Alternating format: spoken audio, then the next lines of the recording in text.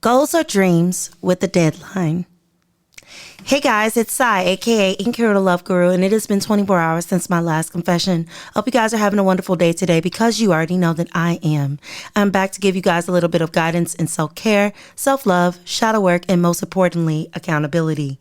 You know what we do here on this podcast. We confess and take accountability for the areas of our lives that we can improve on. So let's get right into it. Today's confession is, I confess that I would allow missed deadlines to fluster me. I am a person that I don't like to miss the mark. I don't like to miss deadlines. And I think most people are that way. But I think my issue is that I set very lofty goals for myself. I set very high deadlines for myself. So when I do miss the mark, I do not like it at all. It is something that is very uncomfortable for me. But we have to realize that deadlines are only created to help guide us towards progress. They're not make it or break it. Like if you don't make the deadline, it's not the end of the world. Even though you may be upset about it, it's not the end of the world. Try to never forget the purpose of why we set the deadlines in place. It is to give us direction. It is to give us direction so that we are always moving towards the mark. So in the process, make sure that you're always doing that when you're setting your deadlines, because I do think that they hold us a significant value in life. Deadlines are important. We just have to make sure that we give the proper energy to them that is necessary. So yesterday's action item was, how can you support someone else on their journey today? My answer to this was meet people in the gap. That's the best way to support somebody when they're on their journey. And so what do I mean by that? What I mean by that is see what they need and see what you're able to supply in terms of their need, and then supply that. Everybody doesn't need the same thing from you. Everybody is not asking for the same thing from you. Everybody doesn't require the same thing from you. Everybody needs something different. We're all unique. We're all different. And so if you want to be of service to someone today, then the best way that you can do that is figure out what it is that they need, and then ask yourself, what are you capable of supplying? Because just because somebody needs something does not mean that you have to give them what they need. You may not be able to give them that thing. So it requires a little bit of wisdom on your part to not deplete yourself into helping someone else, but meet them in the gap, meet them in their lack space, and give them what you can in the space of what it is that they need. That's the best way, in my opinion. Okay. We're going quick today. Open up the word. Let's go to Ecclesiastes. Ecclesiastes verse 3. Ecclesiastes 3.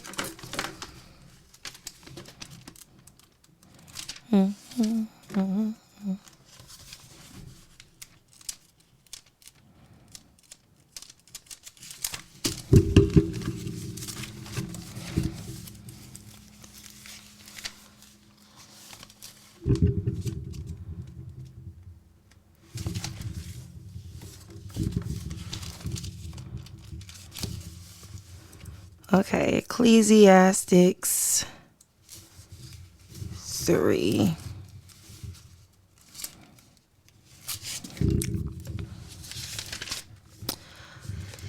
All right, and it reads,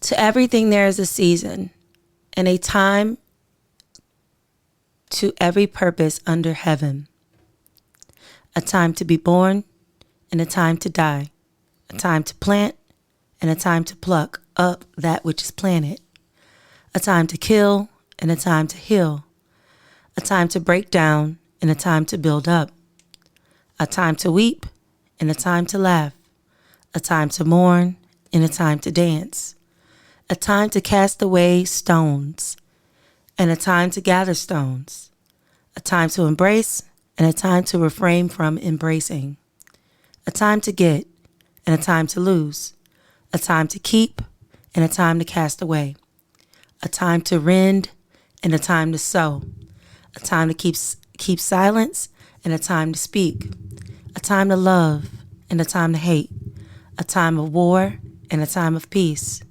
What profit have he that worketh in that wherein he laboureth?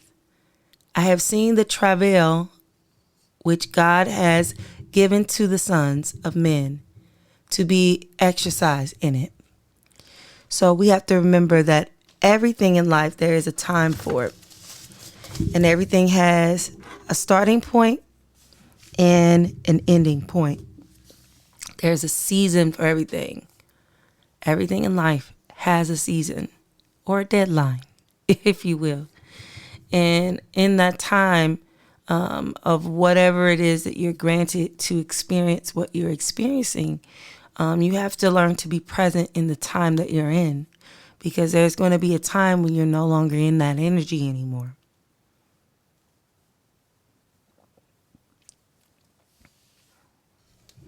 We have to learn how to be present while we are being ambitious, while we are setting goals, while we are hoping for the future and hoping for all these things. Do not allow it to distract you from where you are. Do not allow it to prevent you from understanding the time that you are currently in, because each and every time that you are experiencing has value to it. It's value added. And once you're out of that season, you may not be able to access the value that you would have got if you would have been present in the season. So embrace it while you're in it.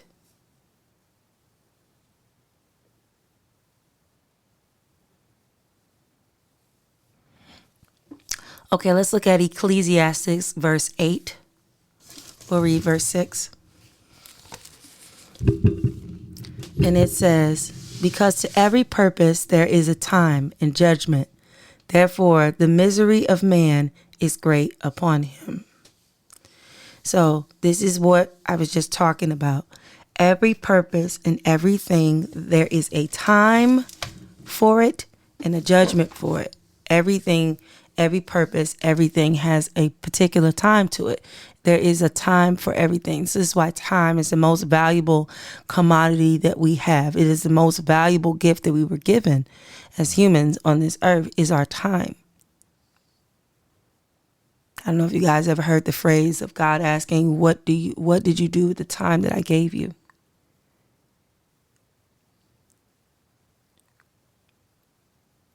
So we have to be very cautious not to squander our time, not to be frivolous with our time, because every season has a time to it, and there is a judgment about what you did with the season that you had. Sometimes we're judged with learning a lesson. Sometimes we're judged with having to repeat that season. Sometimes we're judged in other ways. But every situation, every season, everything has a purpose. Everything. Even if it seems pointless, it's not. None of it is pointless. It just may not be apparent to you right now exactly why you are experiencing what you're experiencing. In no way is it pointless. It's not.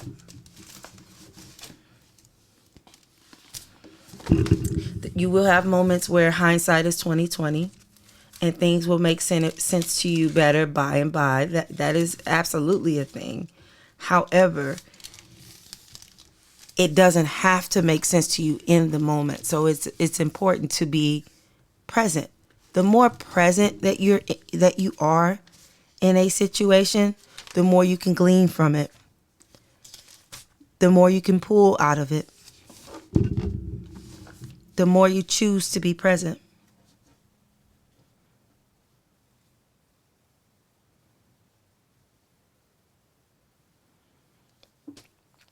Okay, let's read Habakkuk. We'll read Habakkuk 2. We'll read 1 through 3. Habakkuk 2, 1 through 3. And it reads, I will stand upon my watch and set me upon the tower, and will watch to see what he will say unto me, and when I shall answer, when I am reproved. And the Lord answered me and said, write the vision, make it plain upon tables, that he may run and readeth it. For the vision is yet for an appointed time, but at the end it shall speak and not lie. Though it tarry, wait for it, because it will surely come, and it will not tarry. So this is the importance of writing down what you want, setting goals, making deadlines. And it may not come exactly when you want it to, but it will. The timing may not be perfect as you plan it out, but it will come to pass. That's why it's so important to write the vision, make it plain, because it will speak and it will not lie.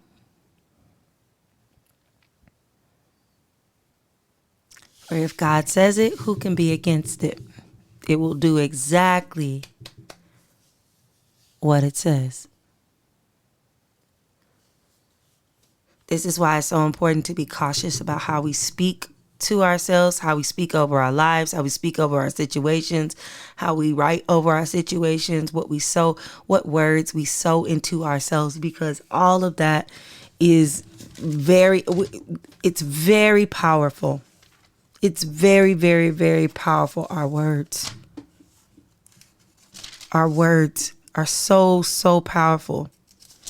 They have the power to create and destroy. Just like God. God created this entire world with his words.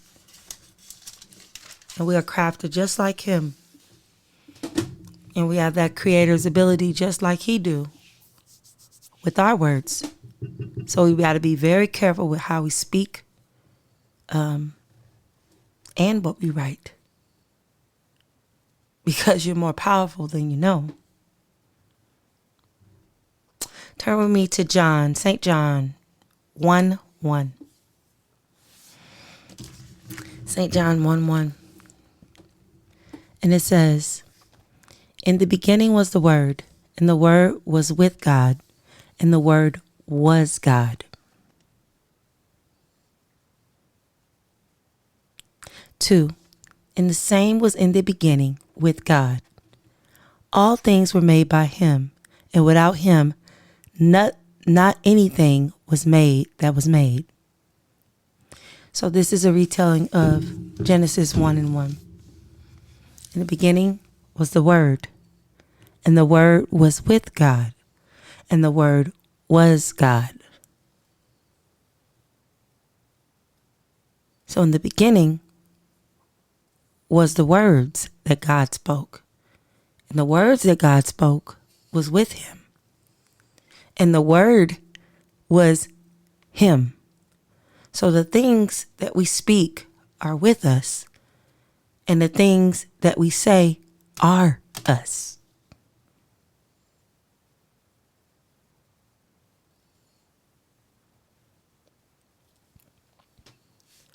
So we have to be more diligent with how we speak about ourselves, how we speak over ourselves, what we pour into our lives, what we manifest over our life. We have to be better about that because our words are so, so, so powerful. They're so abundantly powerful.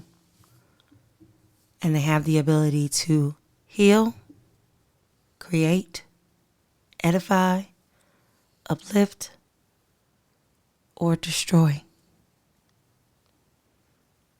What will you choose? Well, we can't leave without giving you an action item to help you work through what we're talking about today. So here it is. Today's action item. Action item. Action item. Today's action item is, how can you create goals that don't cause anxiety? How can you create goals that don't cause anxiety? How can you create goals that don't cause anxiety? Well, that's all that I have for you today. And you know that I love you, so I need you to love on yourself too. And even if you don't feel like you're able to today, I know that I am sending you all the love, light, and peace and positivity that I possibly can. No matter what, keep pushing and persevering and remain accountable. I love you oh so much. Until next time, bye.